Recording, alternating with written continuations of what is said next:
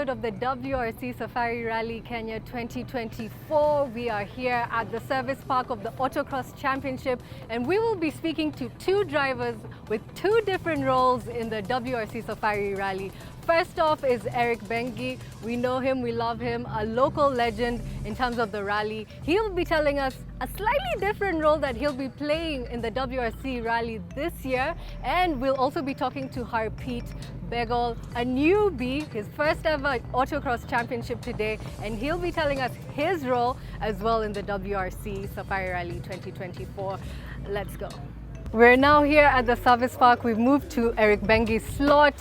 He's taking part in the Autocross Championship as well as his two sons, Alan and Ian, in all their various categories. So, you know, this is different. We've been going around talking to different drivers, but you're in a unique situation where two of your sons are taking part in the autocross as well as you. Yeah. I mean, it's a family outing for us, and it was important to bring the kids when they are young. They get to learn early, and you know, at this age, they don't have any fear. So you can actually make much better drivers from kids than grown-ups. Yeah. They don't have fear, but what about you? What about their mom? Because this is dangerous stuff. These are speeds scary. For me, I'm pretty okay because I've been in this for a long time now. The mom has also made peace with it because... made peace with it? Yep. I don't think she has much of an option. Yeah. She supports us a lot. Yeah. In fact, she's even in this race. Yeah. And looking at the cars are pretty safe, and yeah, we are okay with it. Yeah. I know for you specifically, you've won several times, and now your sons have started experiencing that winning feeling. As a father, as a dad, how proud are you when Alan BENGI was getting his Pee-wee category, when Ian was getting his Bambino category? What was that moment like? What was that feeling like? To me, it was the best moment of my life. It was a wow moment because we got 3 championships in one house, the Pee-wee, Bambino, and the 4-wheel drive turbo. The mother was over the moon. And again, it was also very elevating for the confidence of the kids, and you see a lot of improvement in them, both academically as well as on the track. That's interesting. So it means there's that correlation as well between the studies and the driving. Absolutely.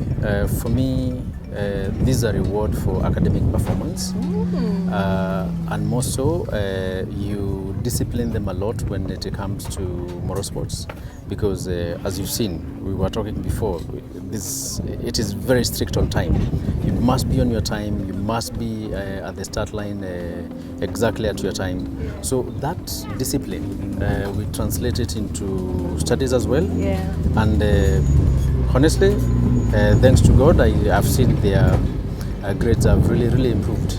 Well, you see, that's a secret to parenting. Buy them some go-karts, give them that discipline. And like, how often do you guys actually now go out and practice? Where do you do that? How often does it happen?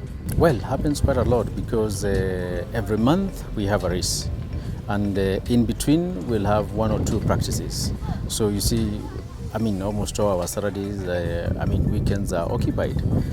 We are doing something together. And that time together, that face time together, the 3 of us, is very important to know what they're going through, what they are thinking, what they're experiencing, and then you're able to guide them accordingly. So you have a very special relationship, I think. Absolutely, yeah. Absolutely. We are friends, we talk a lot, especially when we are going far places, we prefer driving. So road trips. Road trips. Like last time we went for a race in Kilifi. You can imagine 8 hours of together in one cage. Nobody can. Yeah, we had a lot of conversations. You get to listen to a lot of their stories, what they are also doing in school. It's quite an intimate moment for us. Yeah, and speaking of 8 hours, you know, I'm sure you have experience in the WRC Safari Rally, and you're in the car for even longer than that time. How do you keep yourself mentally psyched, physically okay throughout that period? How do you prepare for that? Now, what you learn is that to do one sport, you need to do another one to keep fit. So, which ones do you do? We do jogging quite a lot. I mean, almost about 3 times a week. They do swimming thrice a week. We also do golf thrice a week. The 3 of you? On Saturdays we do together. Yeah. Tuesdays and Thursdays they do separately with their coaches. Okay. And Mondays and Wednesdays I do separately with my coach. Okay. Yeah. So I mean, it's a whole sporting family. Absolutely. Would they take on golf professionally, you reckon? Is that something they're looking into, or is there a passion? The young one is very much into golf and soccer. That's Alan. That's Alan, and he's very good at it. Ian is an exceptional, exemplary swimmer, and also a very good golfer for that. So I've exposed them to everything that I can. Yeah. Let them choose their path as they grow up. Yeah. I've seen a lot of talent in driving with Ian. I mean, he's a scary driver, let me put it that way. Even for me. What does that mean? How he takes the corners? He's very, very quick.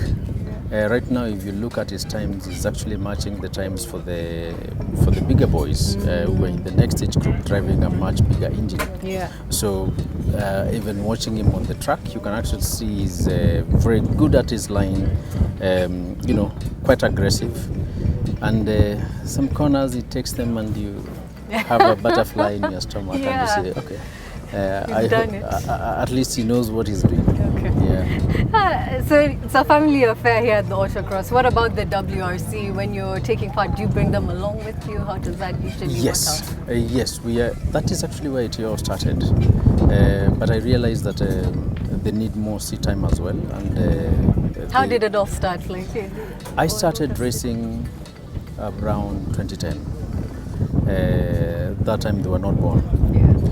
Then come around 2015, when Ian was about 2 years old, we come and watch autocross. And as we are going in the car, you could hear him driving as if he's driving the car. Yeah. Changing the gears. Okay, then I said, okay. So at 4 years, he had already asked for a go-kart. I bought him a go-kart. We used to go at GP karting. I did a few practices there, but it got a little bit too complicated because also because of the school time. Many a times the track was occupied, and I thought, why don't I get them something that we can do together? And that's how I landed into autocross. So I slowed down a little bit on the rally to focus a little bit more attention on them, and also knowing that, look, this is the future. My time is almost up. Yeah. So the best that I can do is to bring the next generation onto the seat and get them running.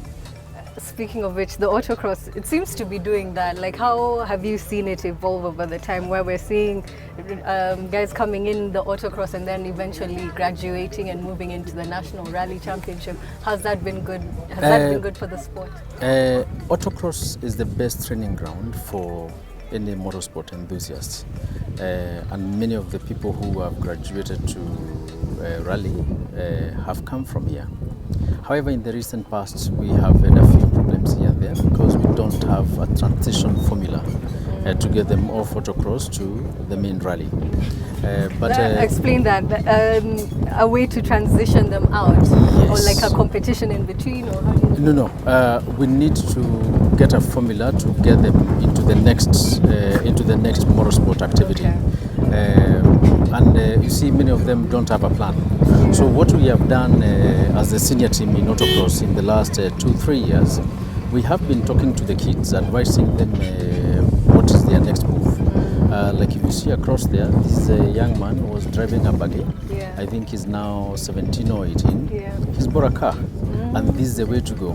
Now this car, he can use it both in autocross and they can take it in the clubman rallies and transition to the main rally.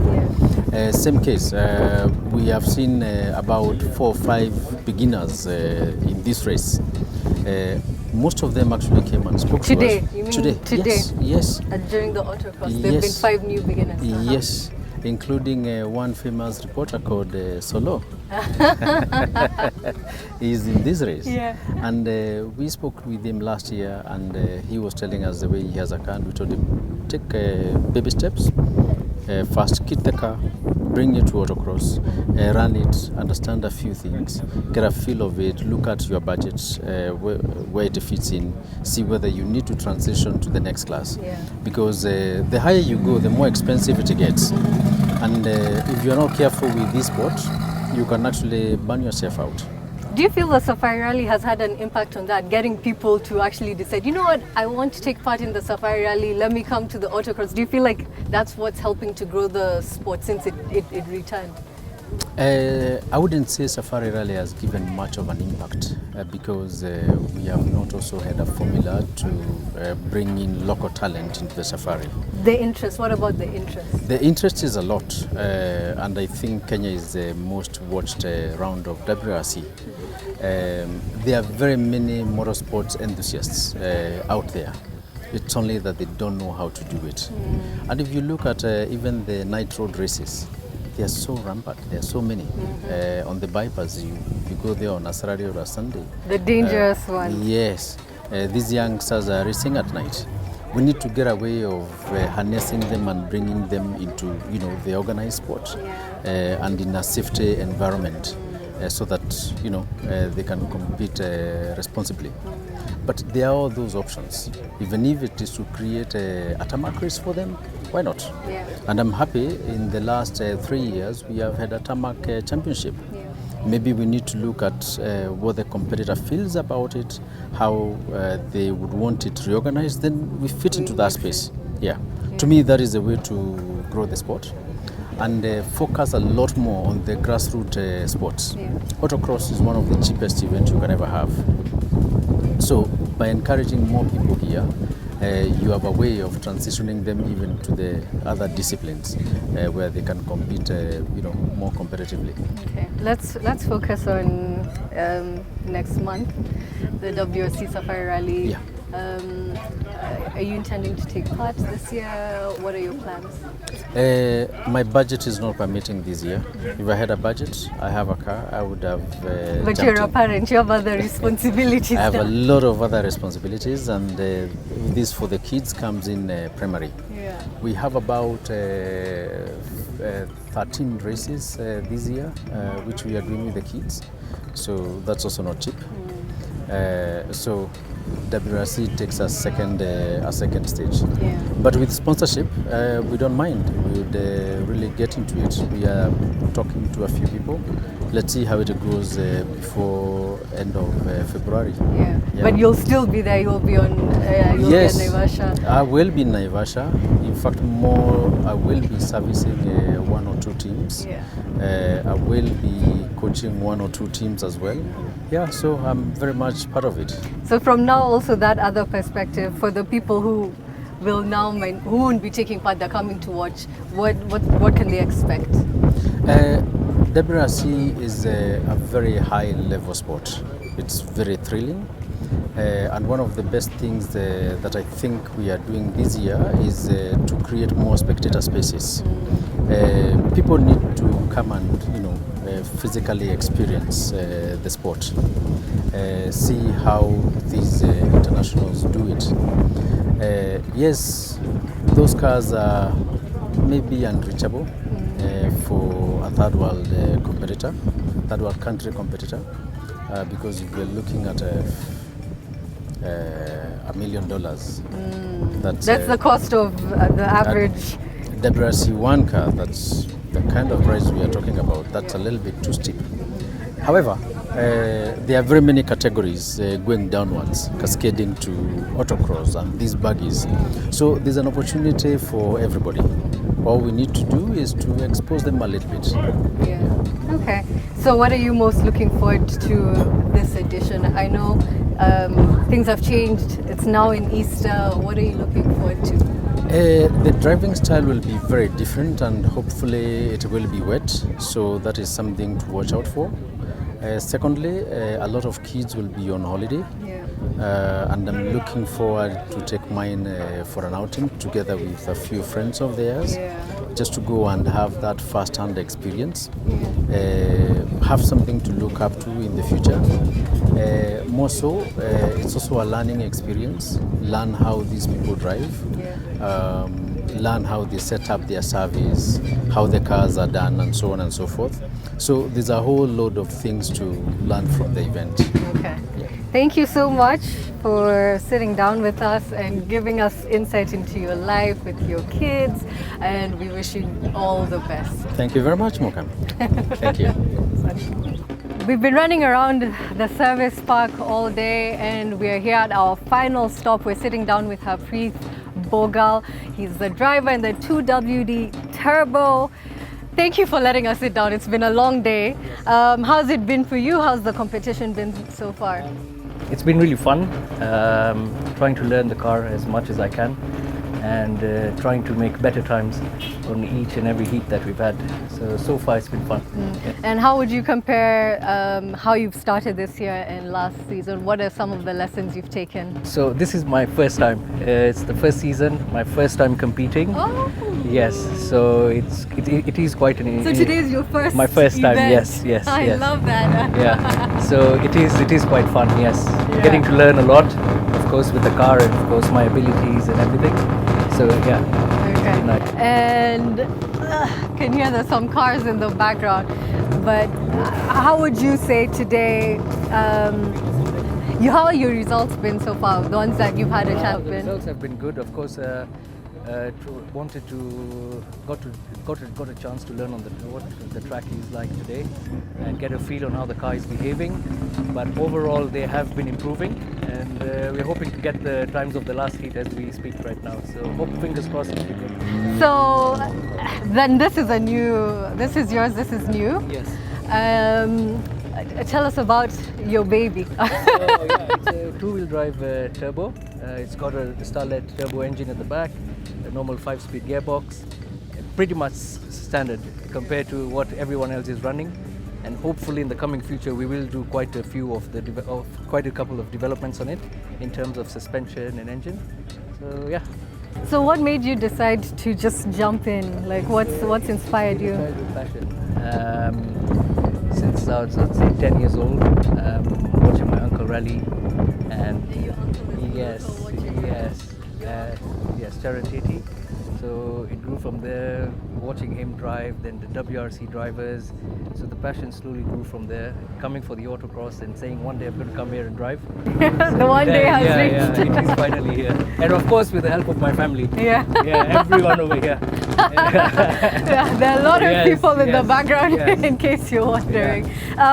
So just with the WRC, like how have you grown up? You've mentioned that you used to watch it. How's that grown up? How have you been following the event? It was just mainly any chance you got, any free time you had, just go on YouTube and look for the best WRC turns, best WRC jumps, fastest WRC times. It was basically a mix and match. And then of course watching the Kenya National Rally Championship, all the drivers, Ian Duncan, drivers like him. So yeah, that was what was very motivating to be here where we are today. Yeah. Have you had the chance to watch the WRC in Naivasha, the Safari Rally? Yes, I did the first WRC. I was part of the Ford World Rally team as a meteor crew. I was on ground with them. So you had like the back. Yes. Back. It was quite an experience. Yeah. Yes. So how was that? Yeah, tell us a bit more. It was amazing. It was long nights, long days, early mornings. It was good. Yeah. There's a lot to learn, of course. Yeah. And are you looking forward to this year? We know it's moved to Easter. What are your thoughts on this year's? Yeah, Easter back to I think back to how it used to be back in the day. So yeah, it should be fantastic. It should be good. If someone right now is on the fence of whether or not they want to go to the WRC Safari Rally, what's something you tell them to convince them, like, you have to come? If you've never been there, if you've never been for the WRC event, I'd strongly recommend you to go and watch it. It's an amazing experience. it's just fantastic. The sound of the cars, the adrenaline, it's amazing. It's fantastic. Yes. I don't think I can add any more to that. He's been an ambassador for the WRC Rally. We really wish you the best. Your car looks good. It's not yet banged up. Hopefully it doesn't get too banged up. Yes. That was BHOGAL. That was us here at the WRC Safari Rally Kenya. We'll have more episodes for you in the coming days. It's a countdown. There's just a little over 50 days to the WRC Safari Rally Kenya. Thank you for tuning in. My name is Mukami Wambora. Bye for now.